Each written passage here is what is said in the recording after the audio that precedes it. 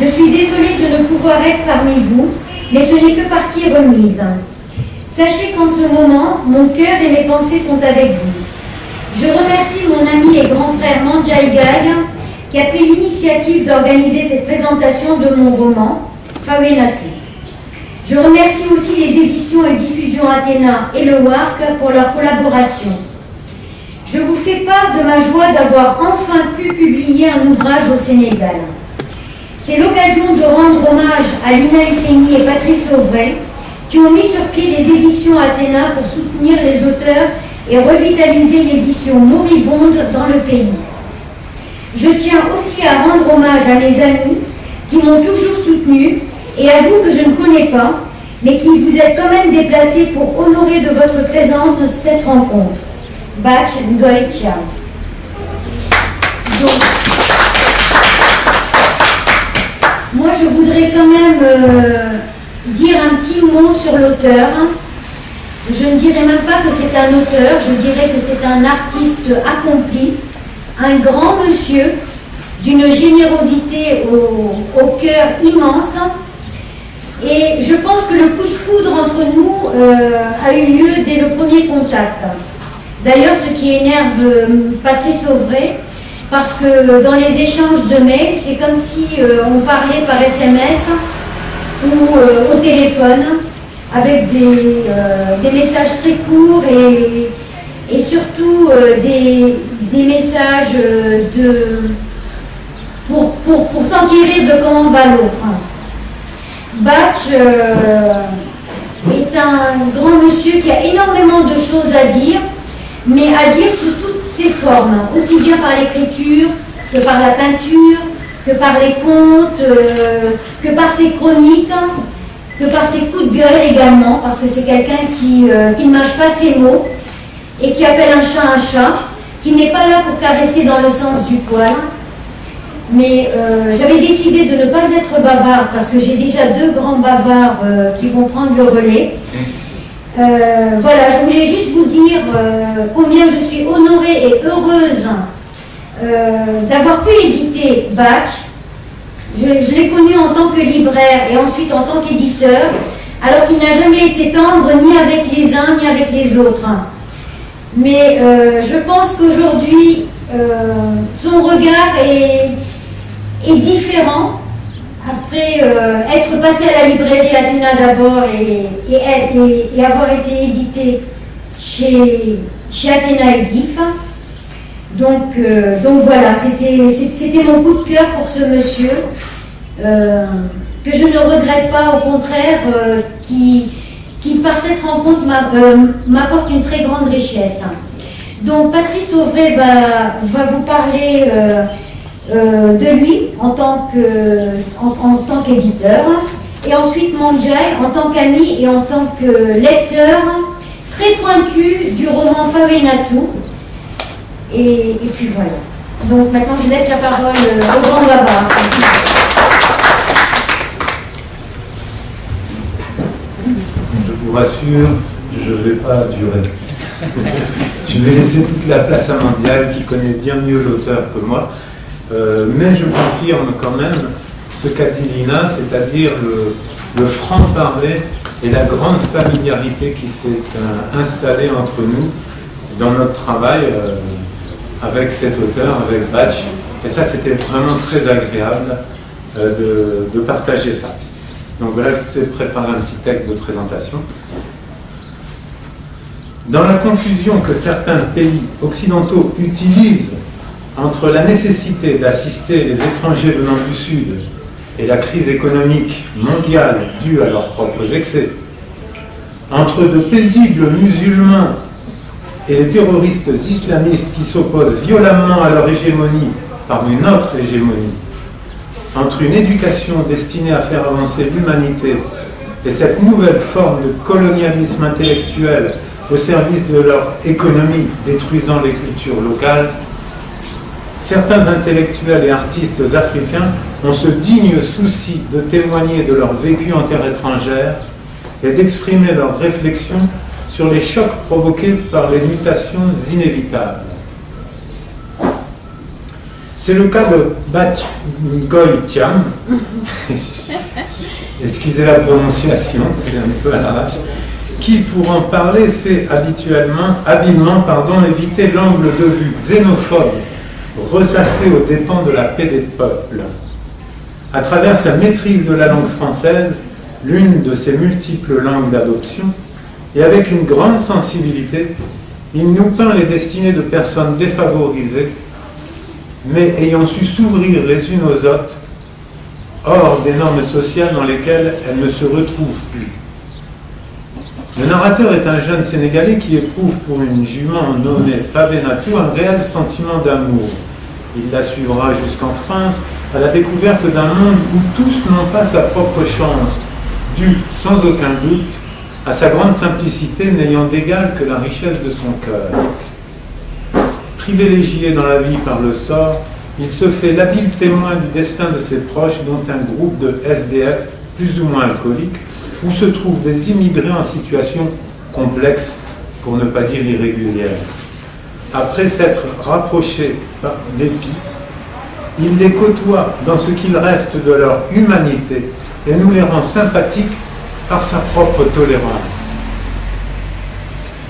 À ma première lecture du manuscrit de Bach Ngoy Thiam, j'ai été séduit par sa vision d'un monde oscillant entre le beau et le laid, entre l'imaginaire et le vécu, entre la fiction idyllique et la réalité blessante. En artiste accompli, il utilise ces extrêmes comme le blanc et le noir en peinture pour teinter les couleurs de ses personnages. Son style riche mais accessible, orné d'un humour discret, permet une lecture plaisante que l'on a du mal à interrompre. Dans cette description intimiste d'itinéraire d'immigrés africains en France, les vérités sont assénées sans détour, s'imposant par le vécu aux mythes et présomptions courantes sur le sujet. L'auteur inscrit même dans son récit la description précise des événements de 1996 à l'église Saint-Bernard de Paris, où des familles d'immigrés en situation irrégulière se sont réfugiées pendant plusieurs mois sous la protection de la foi chrétienne. À l'époque, cet événement a secoué et divisé la France entière, opposant les partisans de la tolérance, opposant le sacré à la loi, des hommes, les généreux aux xénophobes, et pour finir, les CRS aux partisans de la tolérance, dont certains n'ont pas hésité à accompagner ces étrangers dans leur grève de la faim. Près de 20 ans après, nous nous souvenons encore de l'issue de ces confrontations, où le gouvernement de Chirac s'est illustré de la même manière que celui de Vichy, en trahissant les lois morales et humaines au profit des lois nationalistes. Bach a bien compris que de tels événements parlent d'eux-mêmes et n'ont nul besoin qu'un parti pris de l'auteur n'en déforme l'opinion du lecteur. Son travail n'est pas une revendication militante, indigeste pour ses contradicteurs. Cela ressemble plutôt à un état des lieux social dont le caractère romanesque nous permet d'y circuler avec un regard intérieur plutôt qu'armé de défenses extérieures. L'artiste n'a pas besoin de falsifier ou de manipuler la réalité des faits. Son art lui impose l'utilisation de la matière existante pour réaliser son témoignage de la vie qui l'entoure. En cela, Bach ne faillit pas. Bien au contraire, ces personnages semblent sortir de la rubrique faits divers d'un journal, mais il leur donne vie avec toute la sensibilité et la finesse qu'ils n'ont pas trouvée dans le monde réel. Ce regard particulier de l'artiste est indispensable à la prise de conscience du lecteur et aux changements sociaux qui s'imposent. Favenatou est un livre émouvant, où l'amour tient une place de maître, mais qui sait aussi montrer les excès de certaines pratiques, comme l'alcoolisme, condamnant parfois la conscience à se replier étroitement sur elle-même à la limite de l'humanité. La grande sagesse qui se dégage de ces lignes pourra avantageusement guider le pas des hésitants confrontés au choc des cultures et ramener ceux qui se sont égarés dans de malheureux méandres du multiethnisme vers leur propre culture, dans laquelle l'étranger a originellement une plage de choix. Les éditions Athéna et Diff ont développé la collection Va-et-Vient autour de cette idée maîtresse que ce sont aux expatriés, aux métis, aux porteurs de cultures multiples de s'en faire les témoins pour orienter les autorités vers d'autres décisions que celles que l'économie manipule. L'humanité a besoin d'humanisme, pas de frontières. Comme il est facile de le constater, Lina Husseini et moi-même sommes d'origine étrangère. Si elle est native du Sénégal, je ne suis qu'un simple produit importé. Et je le revendique, car comme je me plais à le répéter, je préfère me sentir chez moi en terre étrangère plutôt qu'étranger dans mon propre pays. Si d'autres ont choisi l'itinéraire inverse, quelles qu'en soient les raisons, il nous appartient à nous, venant de l'extérieur, de leur faciliter l'intégration et un éventuel retour vers leur terre ou leur culture. Les infos nous montrent une autre réalité, à nous de la changer. Une maison d'édition se doit d'avoir une trajectoire, une ligne éditoriale ou plus simplement une conscience, dans lesquelles les auteurs trouvent un support à leur œuvre. Nous intervenons en ce sens en toute complicité, sans en modifier l'idée maîtresse. Il est pourtant difficile parfois de retoucher au texte sans déranger son auteur. À nous de le faire sans qu'il se sente trahi, à lui de comprendre que ce qu'il nous confie est toujours perfectible. Dans ce travail commun, Bach est resté à la fois réceptif et exigeant, et nous avons travaillé dans une rare compréhension réciproque. Comment pourrait-il en être autrement quand on se veut le témoin de la vie des autres? Il appartient aux éditeurs consciencieux de donner à ces auteurs véhiculant la mixité culturelle une chance d'être lus et entendus, et ainsi de participer activement à ce qui est pour moi le vrai sens du progrès. Les auteurs tels que Bach Ngoy Thiam seront toujours bien reçus aux éditions Athéna et Diff. Merci.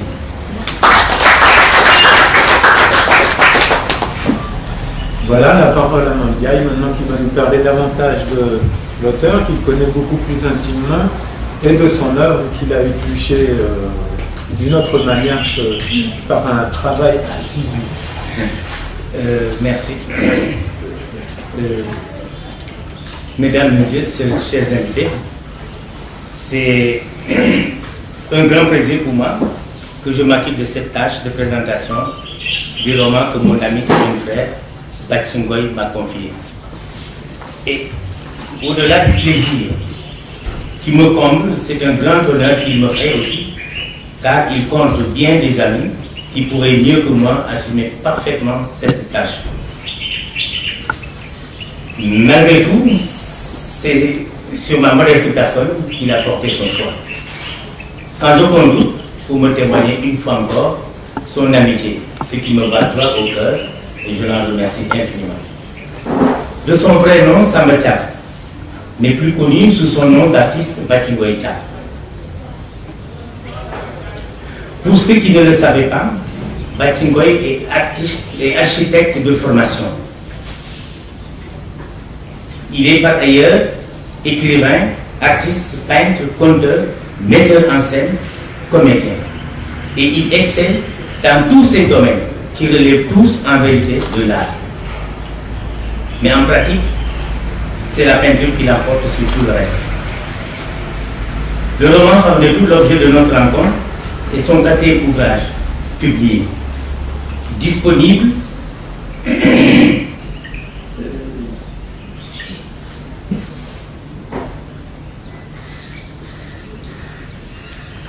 son quatrième ouvrage dans une carrière prometteuse de romancier et d'artiste multidimensionnel. Farnitou est une histoire d'amour, d'amitié, de générosité, de fidélité, de disponibilité, d'une grandeur d'âme extraordinaire d'une part, et d'autre part, de récit de la vie des immigrés en France, avec des fortes diverses. Farnitou, le prétexte de ce roman, est le nom d'une jument, d'un riche commerçant surnommé Touche-Tout, établi à Bambey, au Sénégal. Cette jument suscite chez un adolescent une fascination et un amour sans limite, quasiment synonyme d'adoration. Fametou occupe finalement tout l'univers de ce garçon. Son image demeure en lui, même après sa disparition, et réapparaît comme une chose incarnée, surtout à un certain moment où il ressentait la solitude.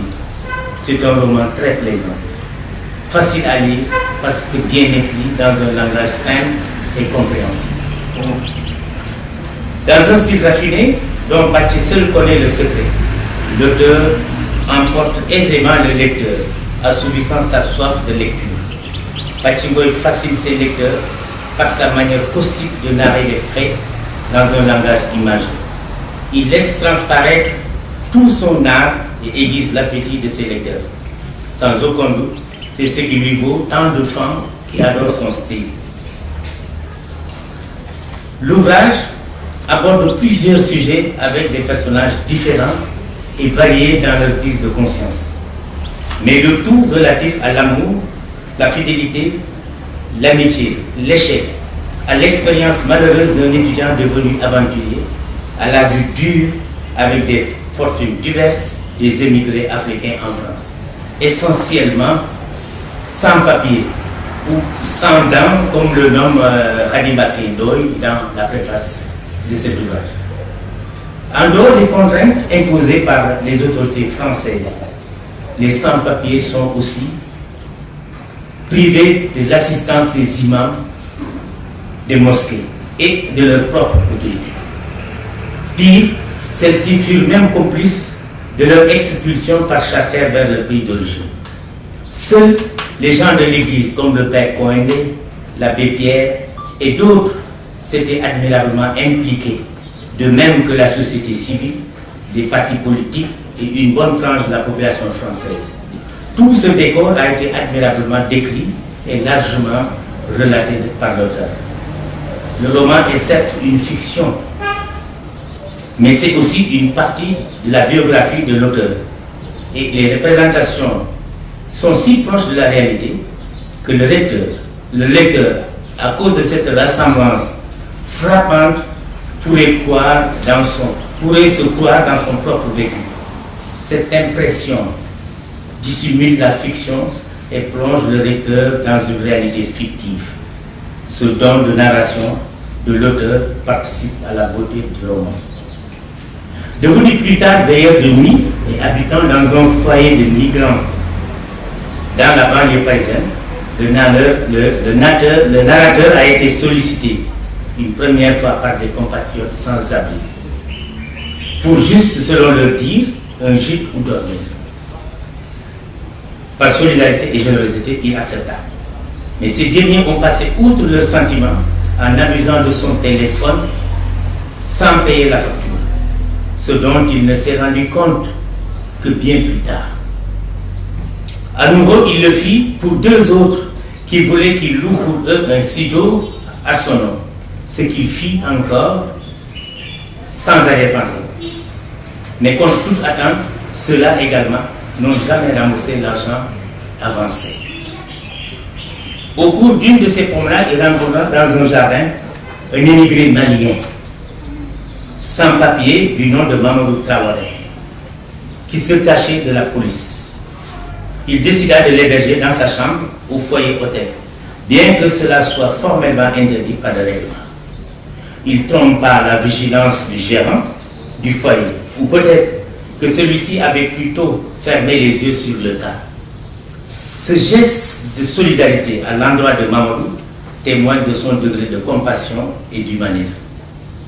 Par cet acte de secourir un sans-papier qui courait des risques d'expulsion, il a fait preuve de solidarité agissante. Nous étions à l'époque des lois Charles Pasqua, ministre français de l'Intérieur.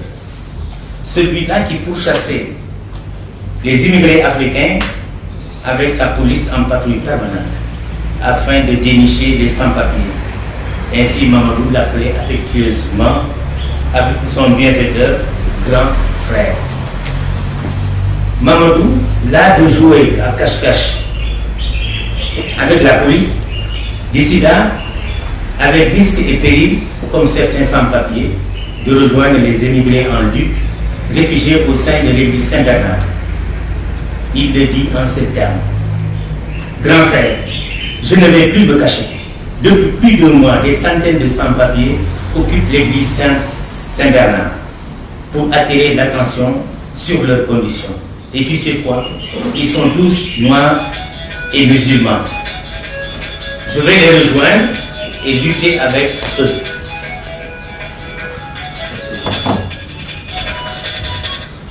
Au cours d'un échange entre les deux, Mamadou lui raconta les difficultés sociales que vivent les Africains chez eux. Situation qui est à la base de l'immigration des Africains vers l'Europe. Et ensuite, sur le calvaire que les immigrés africains subissaient aussi en France, sous l'ère du tristement célèbre Charles Pasqua. Mamadou rajouta ceci: on fait tout pour se débarrasser de nous, mais même si on renvoyait tous les immigrés chez eux, les Français qui se plaignent aujourd'hui se retrouveraient dans la même situation, voire pire. Je pense que le vrai problème qui se pose ne vient pas des immigrés, mais des riches, des patrons qui gagnent en un mois le salaire annuel de plusieurs centaines de livres. C'est indécent. Ce sont eux les responsables de cette calamité qu'on appelle crise. Ce sont eux qui bloquent la moitié des richesses du monde dans les coffres-forts.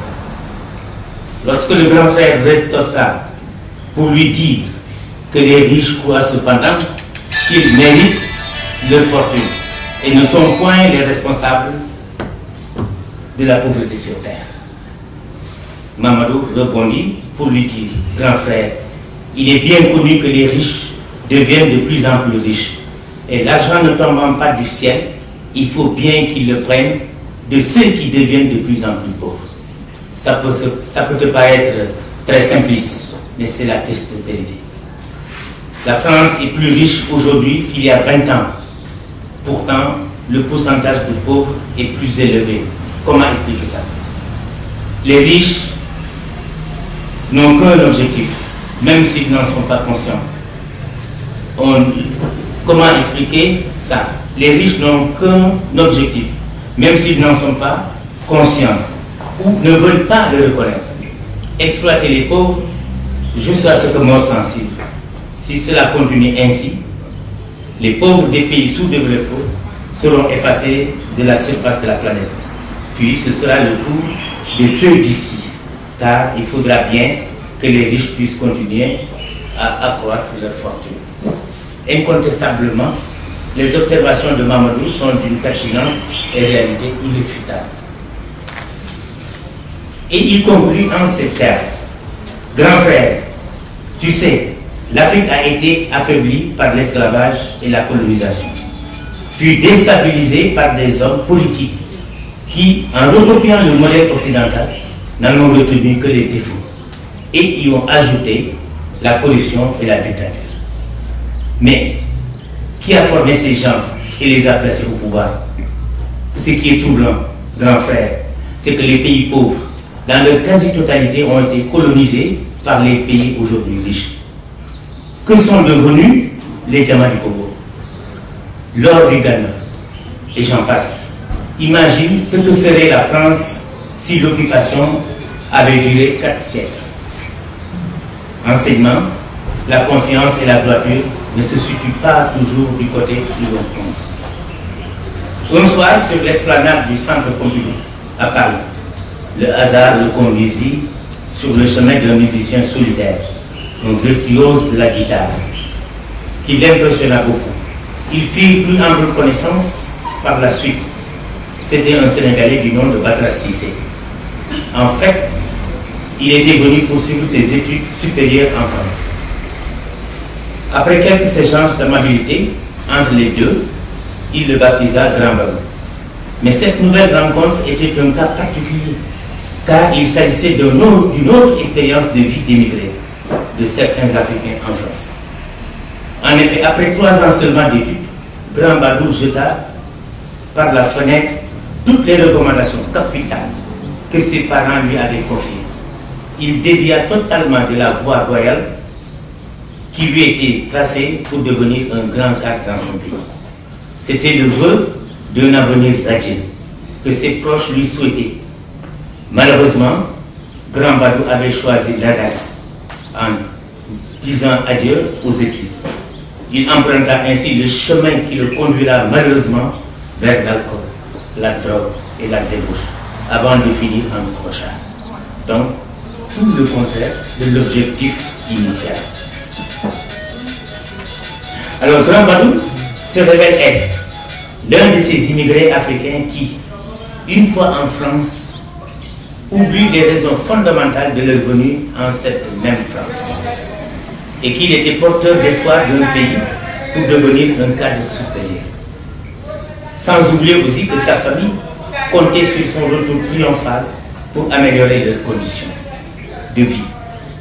Il est aussi regrettable que personne parmi ses amis n'ait réussi à le convaincre de ne pas abandonner ses études et de se mettre sur le droit chemin, celui de l'honneur. Il était déjà sur une pente glissante, imparable vers l'échec. En conséquence, d'abus d'alcool, il passa à celui des femmes et de la drogue, avant de s'essayer en dealer. Arrêté une fois par la police, il fut fiché et classé parmi les délinquants. Se trouvant dans une situation intenable, il décida de rentrer au pays sans rien. Il mentit à sa famille en déclarant qu'il venait juste en vacances. Mais quelques jours seulement après, il se rendit compte que son mensonge ne pouvait pas tenir longtemps face à la réalité. Vu la situation insupportable, il décida de fuir son pays pour retourner vite en France. Mais de son retour en France, Grand Badou retourna à ses anciens amours. Il continua à jouer la musique, mais aussi d'abuser davantage de l'alcool, des femmes, de la drogue, et finit par rejoindre les clochards. Le roman recoupe bien avec l'actualité d'aujourd'hui, qui se rapporte à l'émigration clandestine, avec son bilan macabre de milliers de victimes. Mais avec la différence qu'à l'époque, les immigrés n'empruntaient pas les voies actuelles si périlleuses. Nous avons là 2 exemples d'immigrés typiques. L'un sénégalais qui, malgré les faveurs dont il disposait au départ pour réussir, a par inconscience tout sacrifié au profit du vagabondage. Tandis que l'autre, malien, bien que démuni et confronté à des difficultés, avait pris conscience de la situation des immigrés, car il avait rejoint la lutte des sans-papiers pour sensibiliser les gens de leurs conditions. Mais en vain, car malgré tout, il a été expulsé avec la complicité des autorités de son pays. Je vous remercie.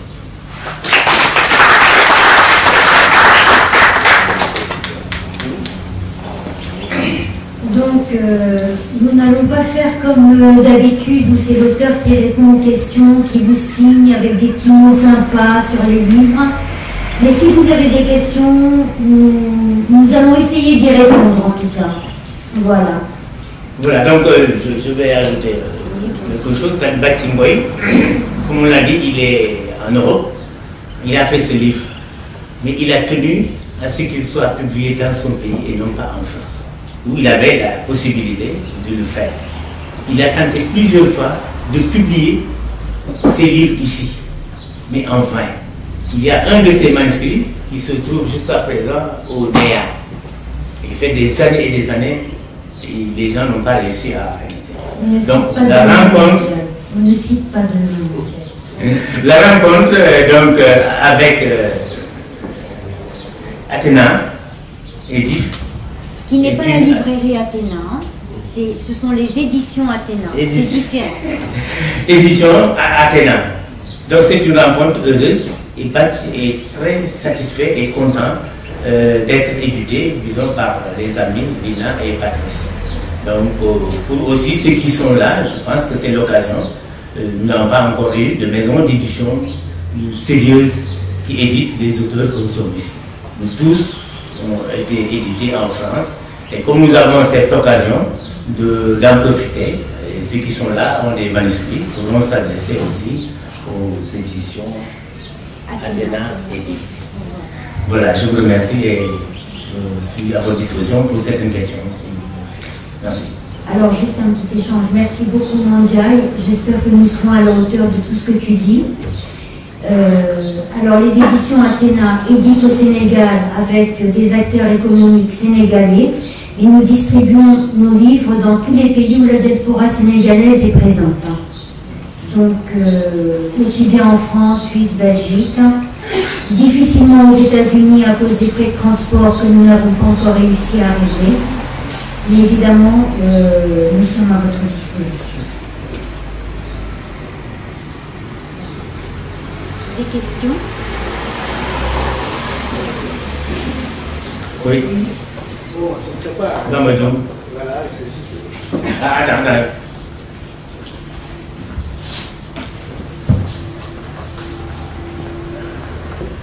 Et le prix Afrique est entre 30 et 40% inférieur au prix euro.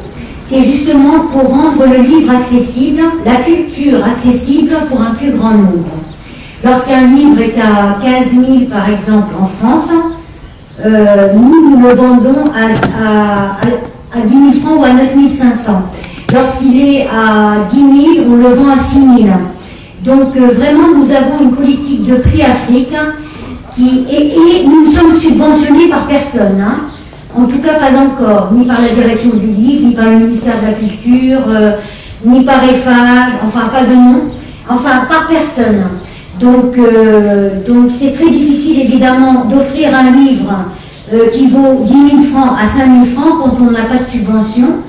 Mais il faut savoir que le livre à 10 000 est vendu en France à 15 000 ou à 13 000 ou à 14 000.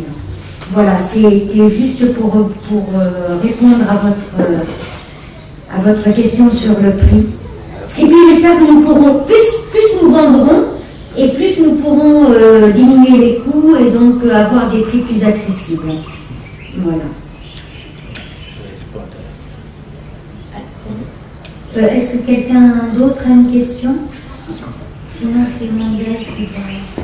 Bon, je crois que les interventions, Bamba et Ndiaye ont fait une contribution. Et ils connaissent aussi bien que moi l'autre, pour avoir été un ami d'enfance.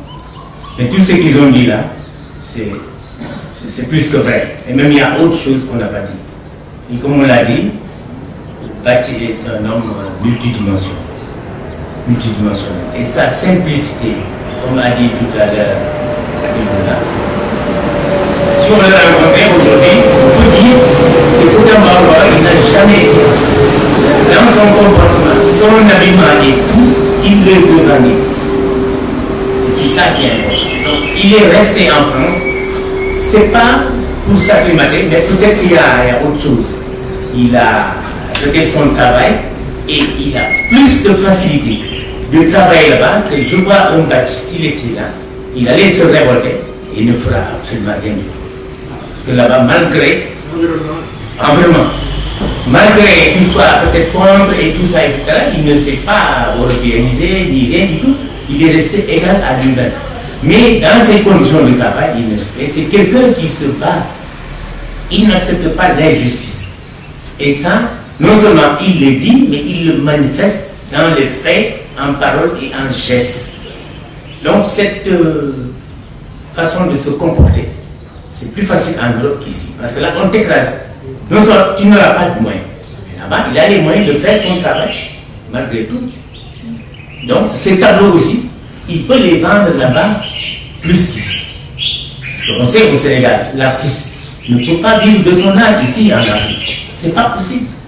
C'est pas possible. Or, lui, ces tableaux, je le disais tout à l'heure, il peint par des points. Imaginez, avec un point, comment on peut faire un tableau. On doit mettre beaucoup de temps. Parfois, il ne doit pas. Et comme il le dit, s'il fait des tableaux, il laisse le reste du travail. Parce que ça l'occupe tellement qu'il ne peut pas faire autre chose. Donc, il a diminué ses contributions et même l'écriture à cause de ça. Parce qu'un tableau lui prend beaucoup de temps. Et comme c'est un homme qui aime la perfection, il est toujours insatisfait de son travail. Toujours insatisfait. Il pense que c'est vrai. Parfois, il livre des travaux extraordinaires, comme par exemple ces livres-là. Il a estimé que vraiment ce n'était pas suffisant. Et il a fallu que les gens lisent et lui disent que vraiment c'est extraordinaire. Mais pour lui, c'est insuffisant parce que c'est un homme qui aime la perfection.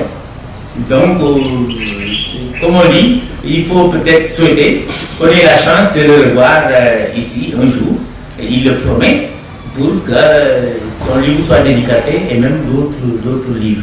Mais on gagnerait à le connaître comme un exemple sénégalais simple, culturel, intellectuel et tout, mais qui ne le manifeste pas.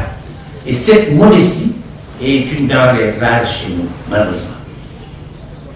Parce que si les gens, c'est-à-dire, ils vont au-delà de ce qu'ils sont plutôt, que de sous-estimer leur talent. Et je crois que si on prend exemple, surtout les jeunes, parce que comme on dit, c'est un esprit de haut niveau.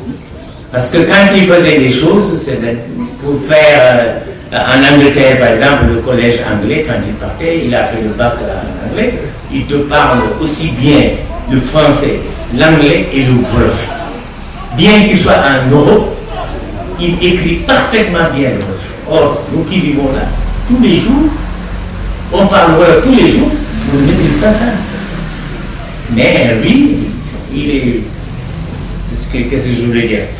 Il a un bagage intellectuel et de l'intelligence qui fait que presque tout lui réussit. Il suffit qu'il s'y mette pour réussir.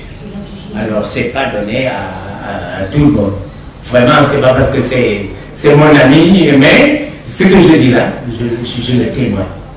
Et comme certains l'ont dit ici, l'autre c'est son ami d'enfance, mais moi c'est par l'écriture qu'on s'est connus. Mais finalement, il est devenu pour moi un petit frère et tout ce qu'il fait, ou quand il vient même, il est attaché à moi. Et ça vraiment, je ne peux pas le remercier, mais bon, je souhaite en tout cas qu'il devienne un grand écrivain et il est déjà ce qu'il n'écrit pas. Mais s'il s'y met, je sais qu'il fera des chefs-d'œuvre extraordinaires.